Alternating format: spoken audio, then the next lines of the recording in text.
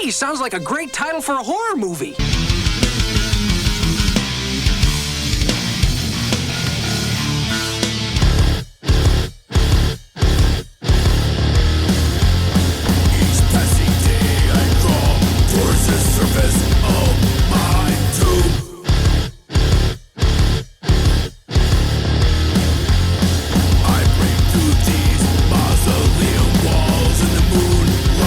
What's up, people? Welcome back to Glen's Reviews from Mistress Peace Theater, where we talk about anything that's horror-related, but mostly nerdy shit. And, as you could probably tell already, I'm still not over Halloween. I'm just in love with the holiday, even though Thanksgiving is upon us. It's coming around the corner here. Which is why I got a special double feature review for you guys tonight to kind of bridge the gap between the two holidays. Two awesome, memorable shorts featuring a certain recognizable ball of green clay. Gumby! I've always loved Gumby. Ever since I was a small child. Him along with the Ghostbusters and the Silverhawks are some of my earliest and most beloved memories I have from that time. Although he's clearly been absent from recent years, Gumby is still a huge cultural icon and has been since his creation by the hugely talented late Art Clokey in 1953. Although the technique of stop-motion animation has become dated and took a backseat to CGI for the most part, Gumby still remains special and still has a timeless quality to him. Whether he's busy helping others, hanging with his friends, putting a stop to the schemes of the juvenile blockheads, getting into wacky adventures by traveling into books or referencing pop culture, Gumby still makes me happy and puts me in a hopeful and positive mood regardless of how crappy I feel or how shit the world has become here in the shit-tastic 2020s. With a huge display of imagination and some light Lutheran undertones, the show would present some lighthearted predicaments or situations that Gumby would solve in a manner that was beneficial to everyone involved, and ultimately taught us all some valuable lessons. He's like the absolute paragon of good and morality in a world that's gone to clay. He can seemingly do anything or become anything,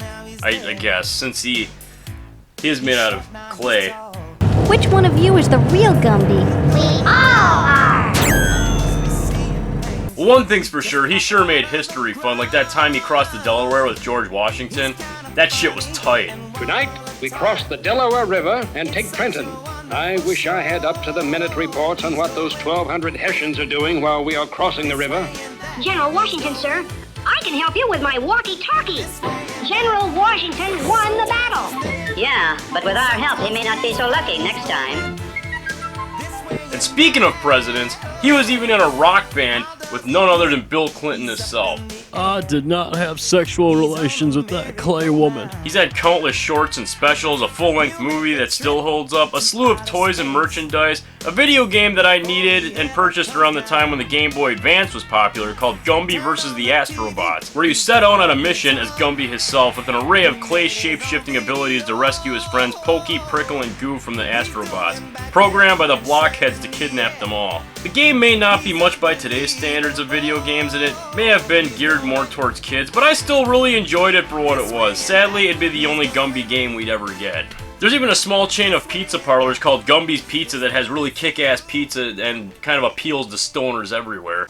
There's some things you should know about Gumby's Pizza. You can order as late as you want because Gumby's is open late every day. They have about 15 locations worldwide. Not many, but it's made its impact on the stoner community. And last but not least, a motel in Baraboo, Wisconsin called the Four Winds Motel that used to actually feature Gumby on their sign outside. But after about 30 years, the sign would come down, probably because the people that owned the motel never obtained the proper permissions or rights to use Gumby on their sign or advertising. Speaking of the Four Winds Motel, my dad told me one time when I was watching some Gumby cartoons, I loved Gumby as a kid, I had a lot of the toys and everything. I asked my dad about the Four Winds Motel in Baraboo, and he just started laughing and said, well, you probably love Gumby so much because you were probably conceived in that hotel. Well, the first video of this review is a short called Merry Go Pumpkin that follows Gumby and his friends going to a goddamn pumpkin farm. The ultimate must-do staple of every Halloween. Well, the short opens with Gumby's family celebrating Gumby's sister Minga's birthday, and looks like Gumby's kind of having a hard time holding a tune there. Happy birthday, dear Minga. Happy birthday to you. I have to say, that's one special tree. What the hell is on that birthday cake? Those don't look like candles. Is that something Minga can use a little later on? Anyways, it turns out Minga's wish was to go to Pumpkin Land. But Gumby said, I was already going to take you to Pumpkin Land pretty much, with the whole gang. Goo, Prickle, and Pokey. Well, the gang travel to Pumpkin Land. Of course, they're all uppity about having pumpkin everything. Prickle's talking about pumpkin burgers and pumpkin shakes and pumpkin whatnot. It's that time of the year, I guess. Even though they never describe it, I think Art Clokey didn't want to, like, really go into the Halloween stuff, because I believe he was kind of religious, so this was just one big thing for Minga's birthday. Which is really weird, like, you're visiting a pumpkin farm in, what, January, May? I don't know. Anyway, the pumpkin spice fad, yeah, it's in full swing in this part of the episode. But little do they know, the blockheads form a plan to break into this pumpkin farm. They don't want to pay the price of admission. I'm sure if they had Donald Trump help out with that wall, this wouldn't have happened. Frankly, we're gonna build a wall around this pumpkin farm, and the blockheads are gonna pay for it. It's a tremendous pumpkin farm. It's tremendous with some wonderful people running the place. So we see the guys get to the pumpkin farm and they're all pretty happy. The first thing Pokey wants to do is just gorge himself on pumpkin puffs. He actually, like, turns rabbit in a scene, for fuck's sake. And as it turns out, I guess the blockhead's main reason for wanting to breach the walls of this pumpkin farm is to steal pumpkin puffs. It's never clearly established what they want to do there, why they broke in. They just steal Pokey's fucking pumpkin puff. Like, there's no motive here for what they're doing. Other than they're deadbeat freeloaders who just don't want to pay for shit. Well, other than that, it looks like a pretty nice pumpkin farm. Pretty cool place where the only thing scarier than any of the attractions are actually the visitors themselves. Well, the blockheads continue their reign of terror as they run through the park with the Fisher-Price Little People security guards chasing close after them. And Gumby and their friends load this, like, pumpkin train thing that's gonna take them around the park. Little do they know, the blockheads are there fucking with the train with the biggest shit-eating grins on their face imaginable. Isn't this too fast for pumpkins? Well, according to Princess Pumpkins herself, it is never too fast for her pumpkins. Look at that, now that's some talent right there. The blockheads fuck with the train so much, like the tracks and everything, and speed it up and all that. The pumpkin cars inexplicably turn into a huge pumpkin itself. And in a form of karmic justice, the blockheads' bitch asses get splattered all over the pavement. Well, Gumby and his friends fall out of the big pumpkin and all their plasticine parts get smushed together. Same with the Fisher-Price Little People security guards. And they all have to unravel themselves. And I guess it's easier done than said. But I call bullshit on that, because in the Gumby movie, Goo, Prickle, and Pokey actually get stuck together and they have to go to the doctor and have this big machine actually, like, rip them apart. So how the hell are they able to do it just as easy as pie in this special? Ugh. I tell you, the inconsistencies. Anyway, the blockhead story in this episode never really gets resolved, but I'm assuming their bitch asses get sent to Guantanamo Bay for crimes against all humanity. To the kiln, or a concentration camp, if you will. And from here, the video devolves into an episode of My 600-Pound Clay Horse, as we see Pokey the whole time has just been stuffing his fucking face, and now he's a huge, fat monstrosity. Oh, hi, Gumby. Ow, my leg! Ugh.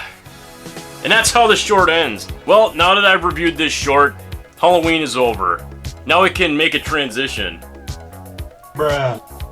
Into Thanksgiving. The hell do you think I meant, you weird assholes? And we're gonna go on to our next short from here. And we're at Thanksgiving now. With the next short of our little double feature here, the closest Gumby short I could possibly get to anything resembling Thanksgiving. This one's called Pokey's Price. Well, the short opens up with Gumby and Pokey at a picnic, eating of course. Good God, Pokey! It's all he ever thinks about is eating. No wonder he succumbs to morbid obesity later on. Anyway, a wrench gets thrown into Pokey's plans of gross mastication when a pilgrim sneaks up on him and steals their food, and then escapes into a book about pilgrims and shit. Well, Gumby and Pokey pursue the pilgrim into his book, and they catch up with him, and the pilgrim says, well, him and his sister were starving, that gives him every right to go and steal their food. And now we see Pokey's fat ass sink into the ground. This time, not because he's getting fat and gaining all that weight from just eating everything he can, but there was corn hidden under the ground there. The Indians in this area buried their corn there for later. But the three decide it's okay, we can take the corn, even though it clearly belongs to these people, these indigenous people out here. And of course the Indians get fucking pissed about it, like they should, because it was theirs. Well, being the moral compass that Gumby is, he decides to go make peace with the Claytive Americans. He wants to give them back their corn, but the Indians want Pokey in return. Well, seeing how Pokey's been with food throughout these two shorts, it's kind of a dumb move on the Indians' part. I mean, Pokey's more like a liability than an asset at this point. But Gumby's not too happy about any of this, and he tries to intervene to get his fat horse back, and one of the Indians gropes him all over to try and stop Gumby.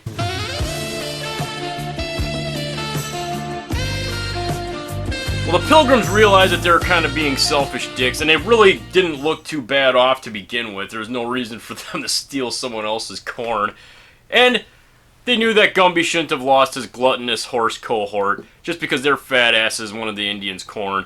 So they set out on a rescue mission with Gumby to go get Pokey back with the intentions of murdering the Indians with their muskets. No, not really, even though it kind of looks that way. Well, Gumby and the Pilgrims come up on the Indians giving Pokey some pretty rad hallucinogenic berries. God damn, man. Doesn't look like Pokey's suffering too much. All he needs now is a peace pipe, some firewater, and some pretty hot native ladies to complete this sick clay shindig, am I right? So Gumby and the Pilgrims decided their best course of action is to shoot their goddamn muskets over the Indians' heads and say, hey, we just want our horse back.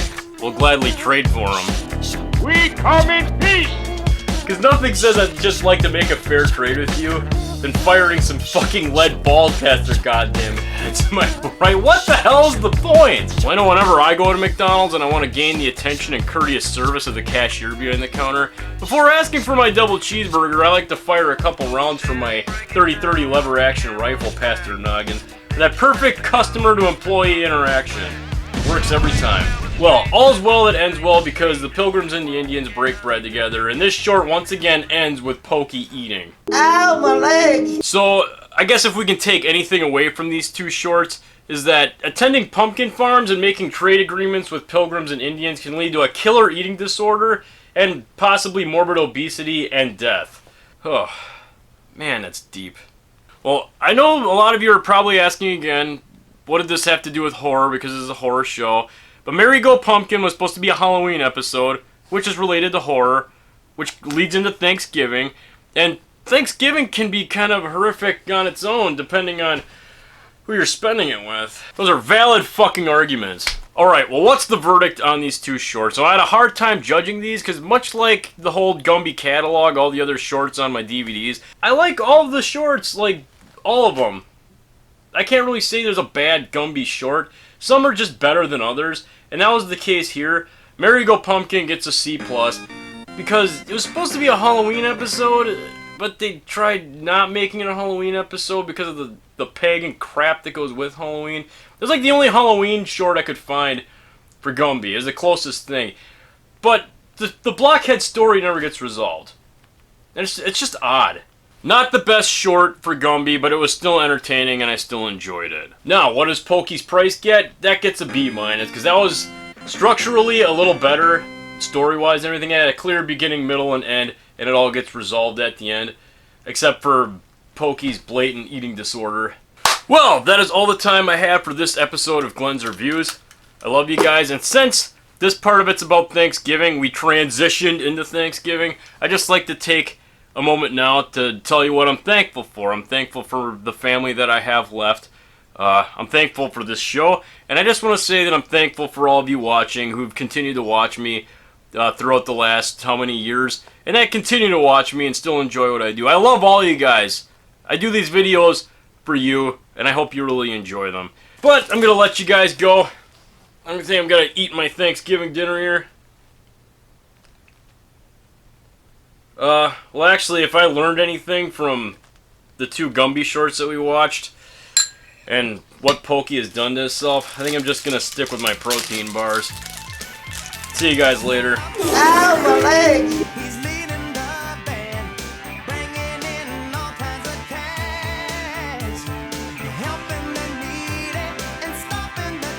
What's up, people? Welcome back to Glen's Reviews for Mistress Peace. Blah blah blah blah blah blah blah blah. Blah blah blah blah blah blah blah. Thanksgiving is pretty close at hand upon us. Yeah, it's right around the corner, ready to fondle my balls and fuck me up while I'm trying to talk. What's up, people? Welcome back to Glen's Reviews. God damn, I got the fucking Rona, I think. Goddamn frog in my throat. And he was like, well, you probably like Gumby so much because you were probably conceived in that hotel. That means he had sex and made me. Well, the short opens with my ass. The short opens with my ass because I can't fucking say my lines.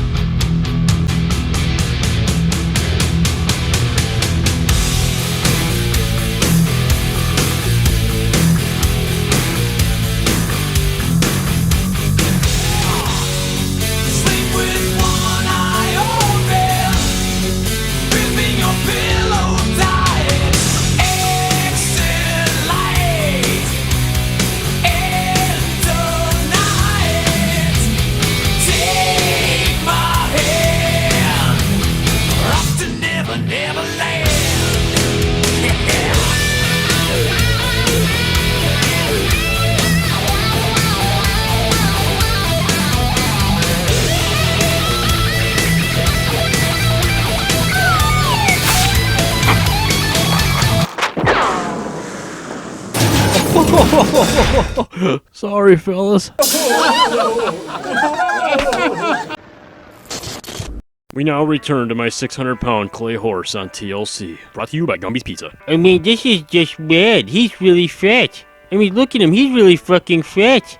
As soon as I walked in the door, I just wanted to fucking throw up everywhere. 600 pounds is not good weight for clay horse. You're all killing him. You're enabling him to eat this much and be so fat. What am I supposed to do? If I don't give him the food he wants, he throws a fit and throws shit at me. That's no excuse. You're just as bad as he is. You should all die. Sometimes you just gotta grab life by the pussy.